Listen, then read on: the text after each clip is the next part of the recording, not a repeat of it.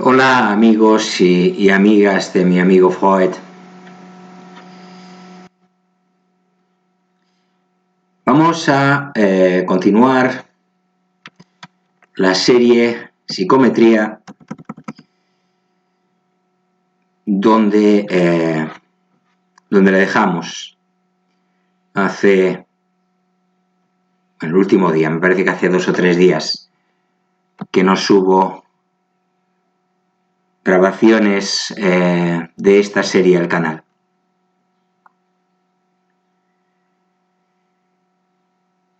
Bueno, algunas personas han comentado, han hecho un comentario sobre mi ritmo.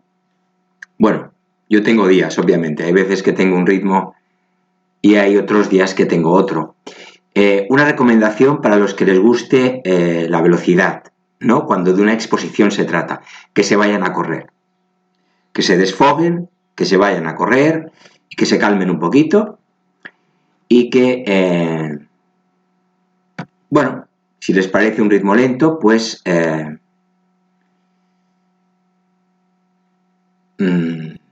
espero que lo comprendan como circunstancias que acompañan a cualquier ser humano. A mí me parece un ritmo adecuado.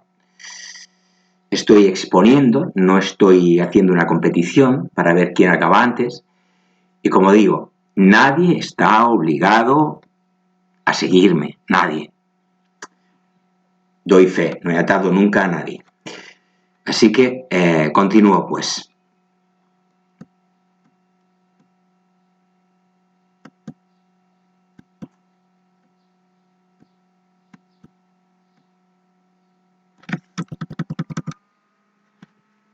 Bueno, lo último que habíamos visto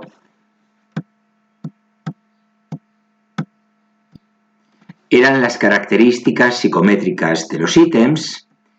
Recordamos la dificultad de los ítems, el grado de homogeneidad de los mismos y el nivel de discriminación. Respecto de este último, lo último, valga la redundancia, que apuntamos, era que si se quería que el test detectase a los sujetos más brillantes y discriminase entre ellos, los ítems deberían ser difíciles y muy difíciles, de manera que los sujetos que presentasen un nivel medio y bajo no los pudiesen responder correctamente y solo lo hicieran los más capacitados. Si por el contrario añadíamos, se quisiera discriminar entre a los menos capacitados y a la vez entre estos, los ítems deberían ser fáciles y muy fáciles, de manera que solo los fallaran, pues precisamente los menos capacitados.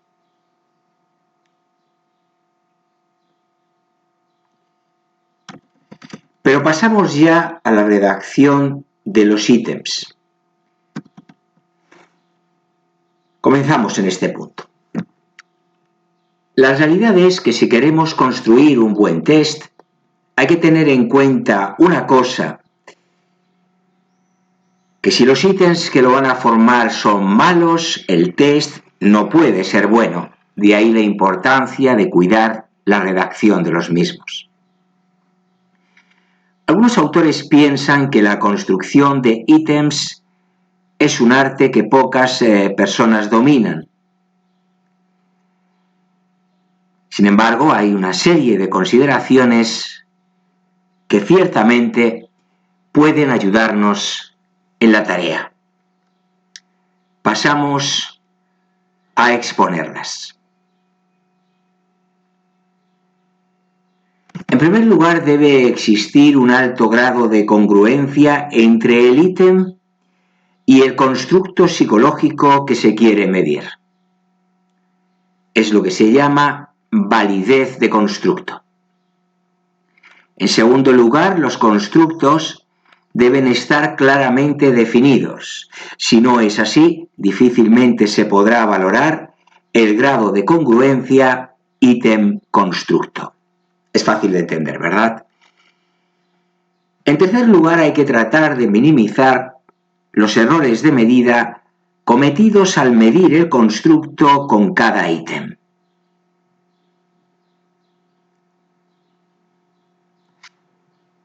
En cuarto lugar, el formato de los ítems ha de ser adecuado para los objetivos del test.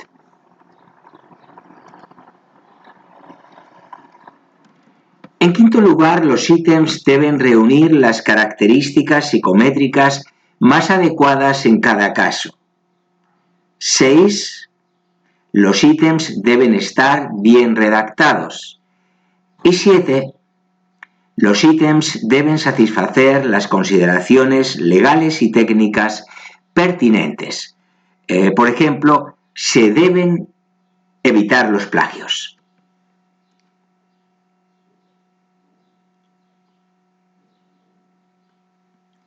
Las 5 primeras consideraciones ya se han abordado en esta serie, en cierto modo al menos. Ahora vamos a ocuparnos de la redacción de los ítems.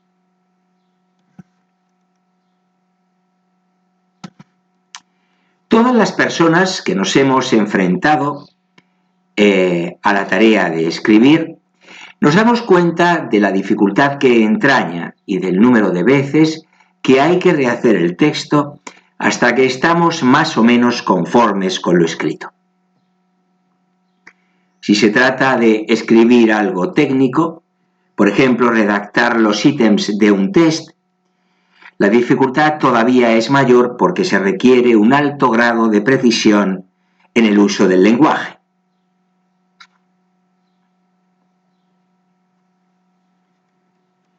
Ahora bien, para poder alcanzar ese grado de precisión es necesario tener un conocimiento profundo del contenido al que van a hacer referencia los ítems. Yo podré ser un artista escribiendo, pero desde luego no podría construir buenos ítems para medir el conocimiento de los alumnos de ingeniería industrial en la asignatura de resistencia de materiales, porque mi desconocimiento del tema, si bien no es absoluto, es notable. Desde luego no es suficiente. Una vez que se presupone el conocimiento del contenido que han de tener los ítems del test, para poder redactar buenos ítems, conviene aceptar una serie de recomendaciones, unas de carácter general y otras específicas del tipo de formato que se vaya a utilizar en la redacción. Pues vamos con ellas. En primer lugar, las recomendaciones generales.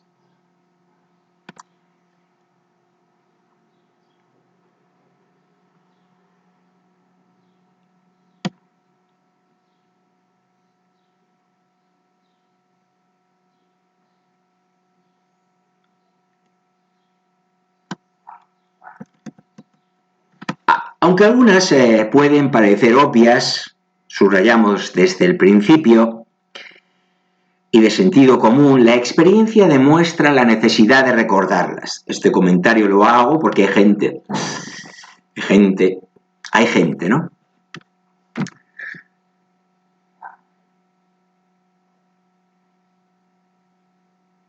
En primer lugar, evitar la ambigüedad de los enunciados.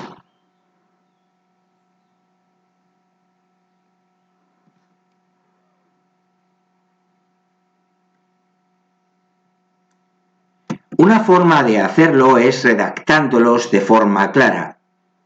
El significado de las palabras empleadas debe estar claro para todos los sujetos, ya que difícilmente serían comparables sus respuestas si cada uno pudiera interpretar de manera distinta el significado del enunciado. Términos como religiosidad o patriotismo, por ejemplo, pueden ser interpretados de manera diferente por distintos sujetos. Entonces, en consecuencia, cuando se aluda a ellos, tiene que quedar muy claro a qué se está haciendo referencia. Los enunciados cortos y directos también contribuyen a evitar la ambigüedad, ya que la inclusión de palabras innecesarias complican la lectura y pueden provocar confusión en los sujetos.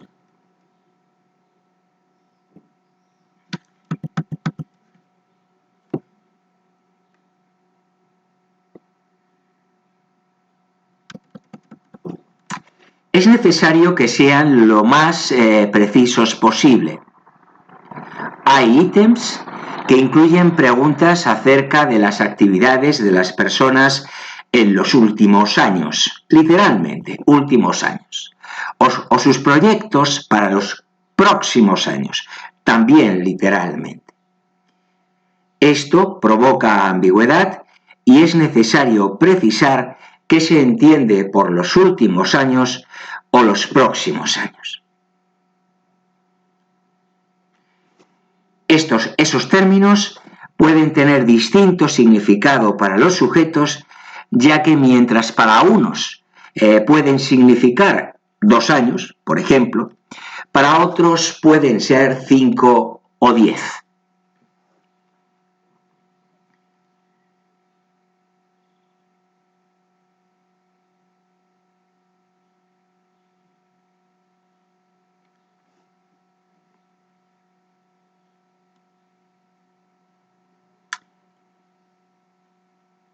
En segundo lugar, evitar enunciados que provoquen respuestas sesgadas. Estamos con las recomendaciones generales.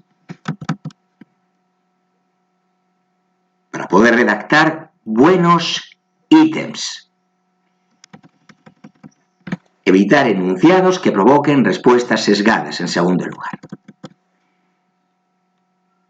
Se deben evitar los enunciados que puedan provocar, como decimos, una respuesta sesgada, entendiendo por respuesta sesgada aquella que es más probable que elijan los sujetos independientemente de su opinión. Por ejemplo, un enunciado que implique que los sujetos deban admitir conductas o actitudes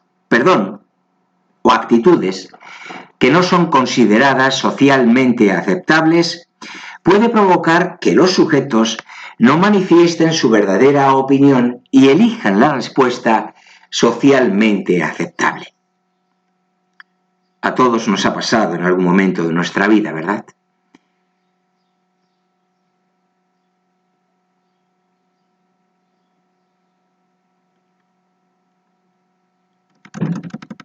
En tercer lugar, expresar una única idea en el enunciado.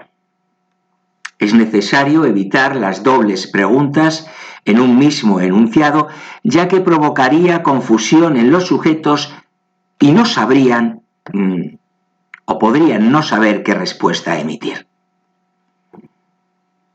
Veamos un ejemplo.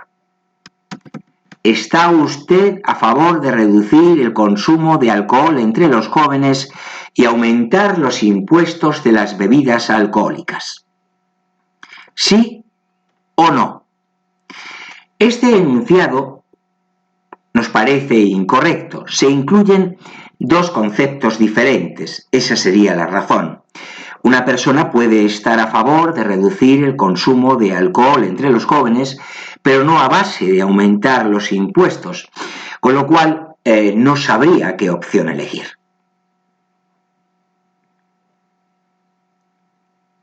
De un único enunciado se podrían obtener dos ítems. ¿Está usted a favor de reducir el consumo de alcohol entre los jóvenes? Sí o no. ¿Y está usted de acuerdo en que se aumenten los impuestos de las bebidas alcohólicas para reducir su consumo entre los jóvenes? Nuevamente, sí, no.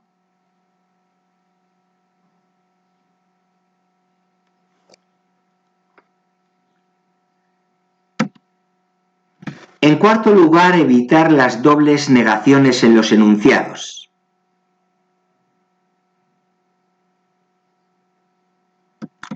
En general es preferible no abusar de los enunciados negativos.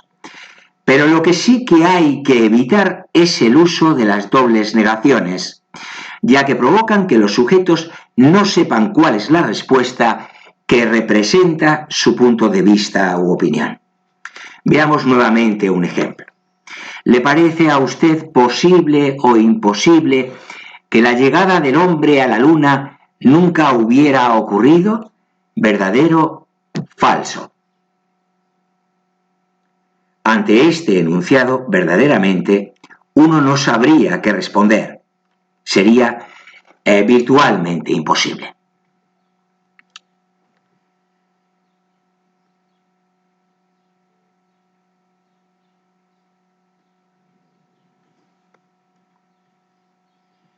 Pasamos a las recomendaciones para ítems de elección.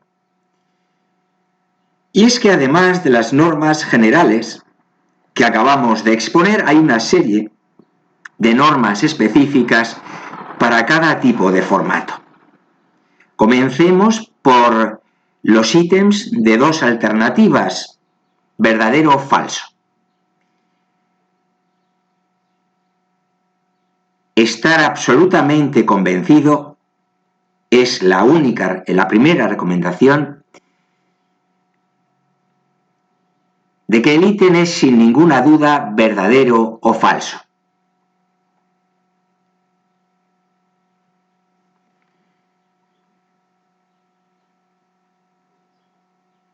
Esa, como digo, es la primera recomendación para los ítems de elección de dos alternativas. ¿Verdadero o falso? Veamos un ejemplo. Dalí fue el mejor pintor del siglo XX. ¿Verdadero o falso? Se trata de un enunciado mal elaborado, ya que lo que se plantea es subjetivo, muy subjetivo de hecho.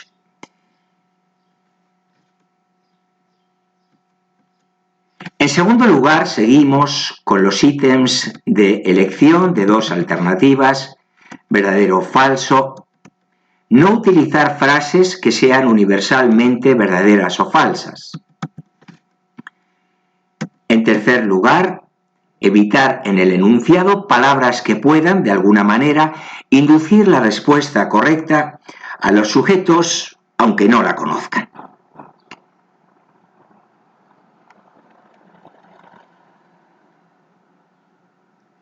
Términos como siempre, todo, nada, nunca, exclusivamente, inducen la respuesta, ya que suele ocurrir que cuando se utilizan estos términos en un ítem de dos alternativas, verdadero o falso, el ítem es falso.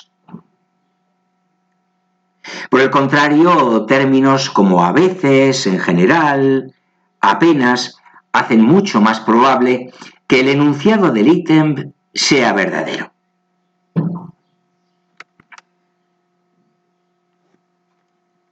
En cuarto lugar, situar a lo largo del test de forma aleatoria los ítems cuyo enunciado sea correcto. De esta manera se evitan patrones de respuesta reconocibles por los sujetos. Por ejemplo, si se introdujera un ítem falso cada dos ítems verdaderos y los sujetos descubren la secuencia del patrón, podrían responder correctamente a un ítem sin conocer la respuesta. Pasemos a los ítems de elección múltiple. En primer lugar, asegurarse de que el enunciado del ítem formula el problema con claridad. En segundo lugar, incluir la mayor parte del texto en el enunciado para evitar repeticiones innecesarias en las opciones de respuesta. En tercer lugar, incluir las distintas opciones de respuesta al final del enunciado.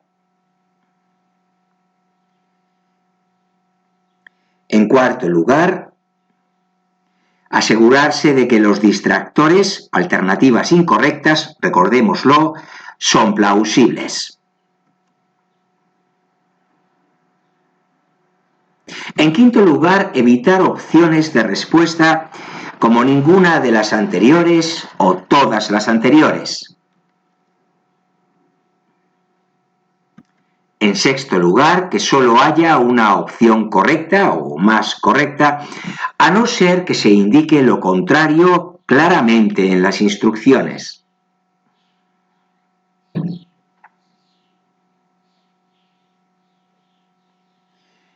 Siete, tratar de que todas las alternativas de respuesta tengan una longitud aproximadamente igual y con una construcción gramatical parecida.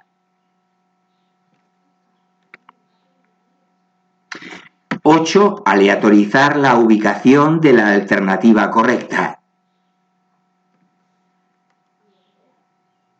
9. Hacer que todas las alternativas le parezcan igualmente atractivas a una persona no informada del problema al que alude el enunciado. Y por último, 10. Asegurarse de que cada alternativa concuerda gramaticalmente con el enunciado del ítem. Si el enunciado está en singular, asegurarse de que cada alternativa lo esté también. Pasemos a los ítems de emparejamiento.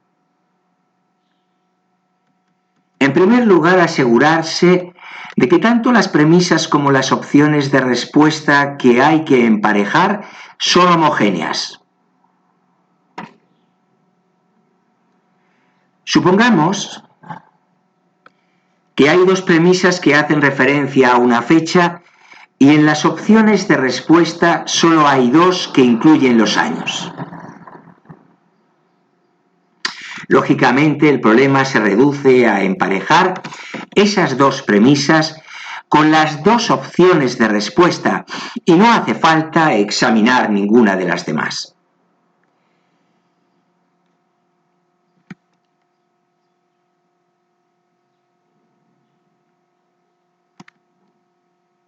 Veamos un ejemplo. Las premisas España, fecha del descubrimiento de América, Francia y Alemania. Las opciones Berlín, París, 1492, Madrid.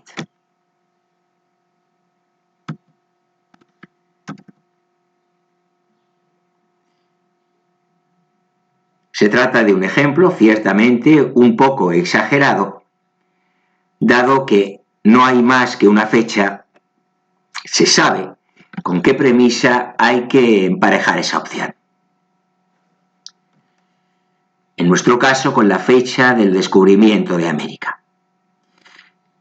Emparejaríamos España con Madrid, Francia con París y Alemania con Berlín.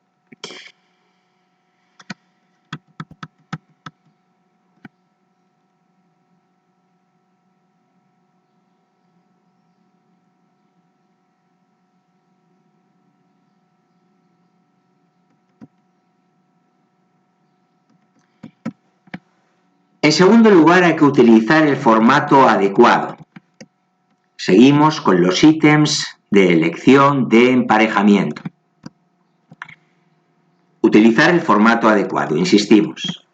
Las premisas se deben presentar de forma aleatoria en una columna a la izquierda y en una columna paralela situada a la derecha se deben presentar las distintas alternativas de respuesta. Para facilitar la tarea del sujeto se debe dejar un espacio en blanco detrás de cada premisa numerada para poder situar la letra correspondiente a la alternativa de respuesta elegida.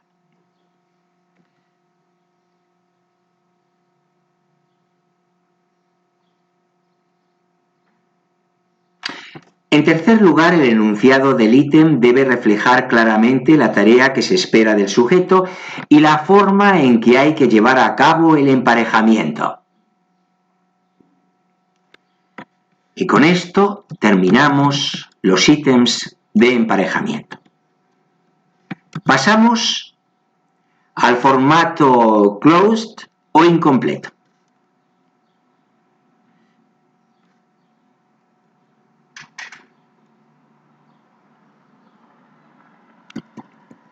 Es necesario que en el enunciado del ítem haya tantos espacios en blanco como alternativas de respuesta, y en caso de que esto no suceda, habrá que hacerlo constar en las instrucciones. Esto último es muy importante. Nada más sobre el formato closed. En cuanto a las escalas de clasificación, en primer lugar, evitar expresiones coloquiales en los enunciados de los ítems, pues puede haber sectores de la población que las desconozcan.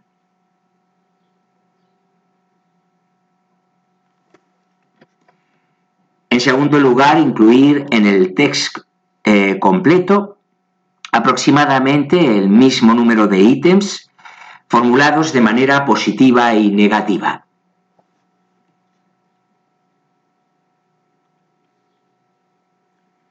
Dado que las escalas de clasificación se utilizan... Perdón. Decíamos que que las escalas de clasificación se utilizan fundamentalmente para la medida de actitudes, opiniones, valores... Perdón otra vez. Actitudes, opiniones, valores, etc. El test deberá incluir el mismo número de ítems que denoten una actitud positiva o favorable a lo que se está evaluando y una actitud contraria, evitando, como ya se ha comentado con anterioridad, las negaciones en el enunciado.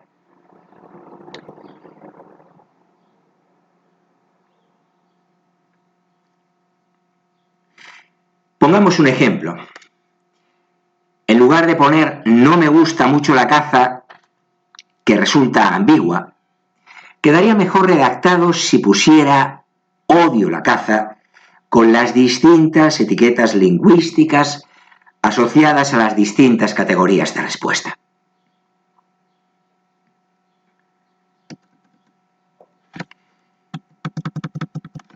En tercer lugar, asignar las etiquetas lingüísticas. Estamos dentro de las escalas de clasificación.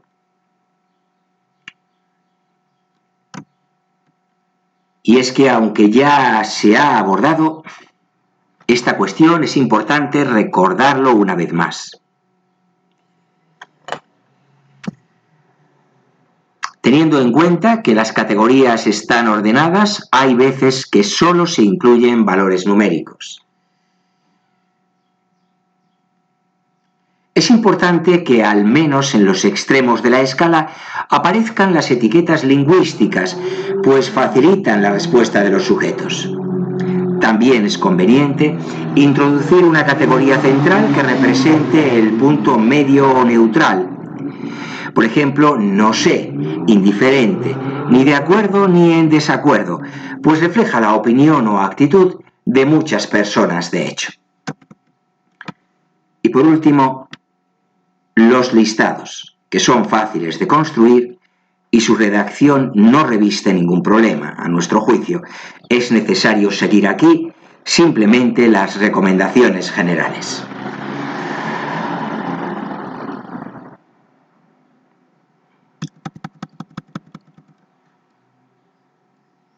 Así pues, en las escalas de clasificación, puesto que siempre en el tramo final, hago alguna puntualización, para que os quede meridianamente claro lo expuesto. En las escalas de clasificación, decimos, hay que evitar expresiones coloquiales en los enunciados. Hay que incluir aproximadamente el mismo número de ítems formulados de manera positiva y negativa. Y hay que asignar las etiquetas lingüísticas. A veces solo se incluyen valores numéricos, puesto que las categorías, recordamos, están ordenadas. Aunque también recordamos que al menos en los extremos de la escala es importante que aparezcan etiquetas lingüísticas, pues ello facilita la respuesta de los sujetos. Simplemente estamos reiterando.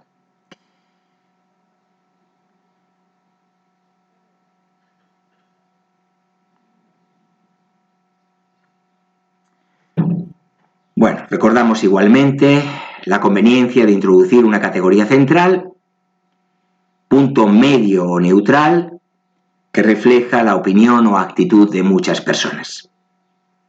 Nos estamos refiriendo a no sé, indiferente, ni de acuerdo, ni en desacuerdo, como ejemplos de esta categoría central.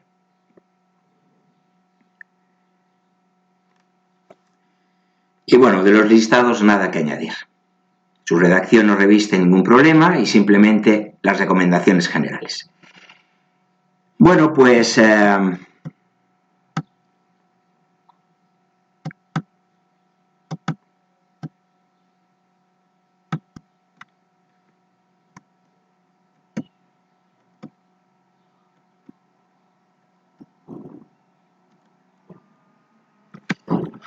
vamos a dejarlo aquí. Nos ha salido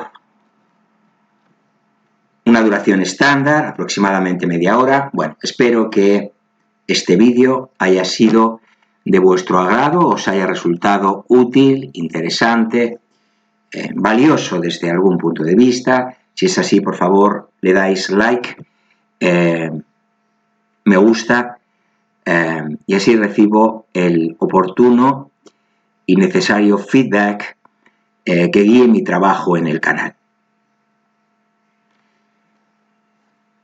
Os animo a suscribiros a mi amigo Freud, tanto si sois asiduos a sus contenidos y por alguna razón todavía no lo habéis hecho, como si sois recién llegados al canal, en cuyo caso os recomiendo previamente daros un paseo por los contenidos del mismo, convencido de que pasaréis posteriormente a formar parte de esta gran familia que constituye la audiencia de mi amigo Freud.